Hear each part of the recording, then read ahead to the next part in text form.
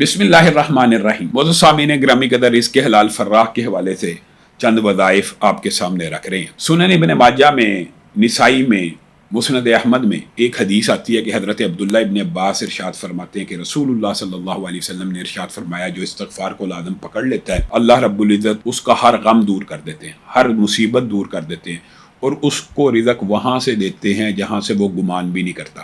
یہ تینوں باتیں، رزق وہاں سے دیتے ہیں جہاں سے وہ گمان نہیں کرتا۔ مصیبت، انسان قرضے میں پھنسا ہو، رزق کی کمی کا شکار ہو، یہ بھی مصیبت۔ انسان غم کا شکار ہو رزق کی تنگی کی وجہ، یہ بھی مصیبت ہے۔ یعنی یہ تینوں کی تینوں باتیں رزق کے اوپر بھی اپلیکیبل ہیں۔ اسی لیے اللہ رب العزت نے کلام پاک میں ارشاد فرمایا، فَقُلْتُ اسْتَغْفِرُوا رَبَّكُمْ إِنَّهُ كَانَ غَفَّارًا يُرْسِلِ السَّمَاءَ عَلَيْكُمْ مِدْرَارًا وَيُمْدِدْكُمْ بِأَمْوَالٍ وَبَنِينَ وَيَجْعَلْ لَكُمْ جَنَّاتٍ وَيَجْعَلْ لَكُمْ أَنْهَارًا۔ مال بھی دے گا، بیٹے بھی دے گا۔ استغفار کریں گے تو بارشیں آپ کی مرضی کے مطابق ہوں گی، یعنی جس وقت ریکوائرڈ ہیں، اور باغات بھی دے گا، انہار بھی دے گا، بیٹے بھی دے گا، مال بھی دے گا۔ اور دیگر آیات میں لعلکم تفلحون، توبہ کرو تاکہ فلاح پا جاؤ۔ اور تیسری آیت میں وَيُرْسِلِ السَّمَاءَ عَلَيْكُمْ مِدْرَارًا کے بعد وَيَزِدْكُمْ قُوَّةً إِلَىٰ قُوَّتِكُمْ، اللہ تعالیٰ تمہاری قوت و طاقت بھی بڑھا دے گا۔ تو معزز سامعین گرامی قدر، صرف استغفر اللہ پڑھنا اس قدر ضروری ہے، اور اس کی اتنی فیوض و برکات ہیں، یہ ساری کی ساری چیزیں حاصل ہو جائیں گی انشاءاللہ۔ استغفار کے دیگر وظائف کے حوالے سے بھی آپ کے سامنے گزارشات رکھتے رہیں۔